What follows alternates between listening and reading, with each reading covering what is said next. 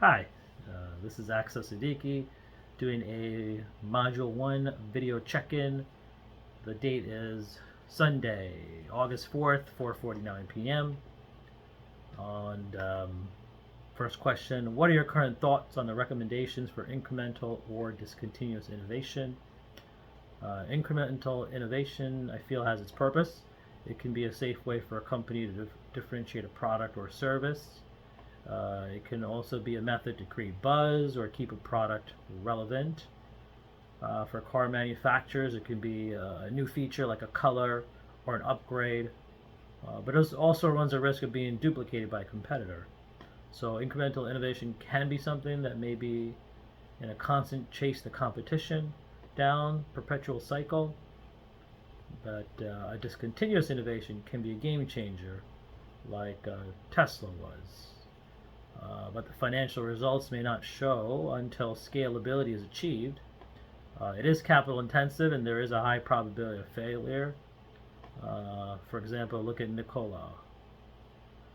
You have to also look at the macros, interest rates, GDP policies, etc. to determine if discontinuous innovation will work.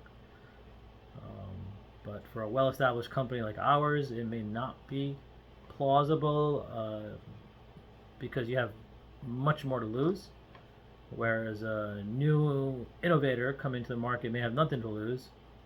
So I think using a risk assessment model can help differentiate this.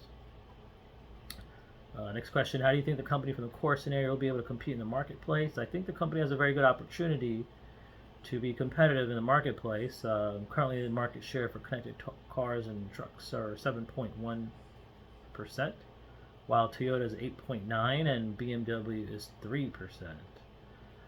The projections are based on spending, and while we won't be able to outspend the competition, we can certainly invest in technology that will make our vehicles different than the existing vehicles in the marketplace.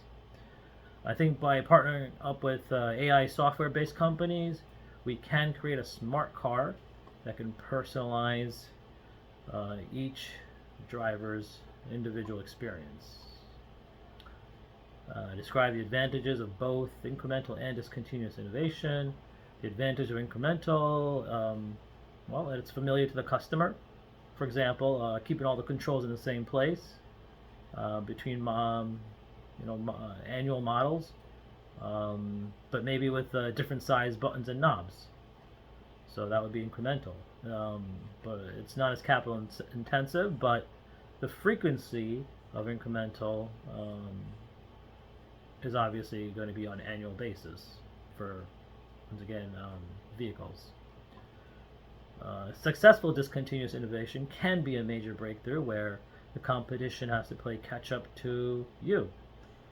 This does require large sums of capital at disposal, and by examining the financials of the company, our operating income is 5.7 billion and net income is 900 million.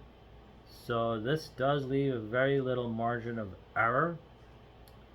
So it's very important we focus on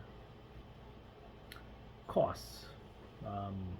Now the costs for incremental are not as capital intensive, and the marketing budget may have to be larger just to increase the awareness of the differentiation factors between our competitors.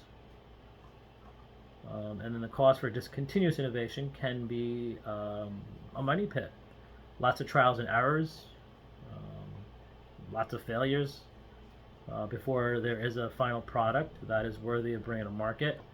So initially little or no marketing budget, but as the product meets milestones, it can be scaled and brought to market, then it would require a higher budget. Alright, so this concludes the video.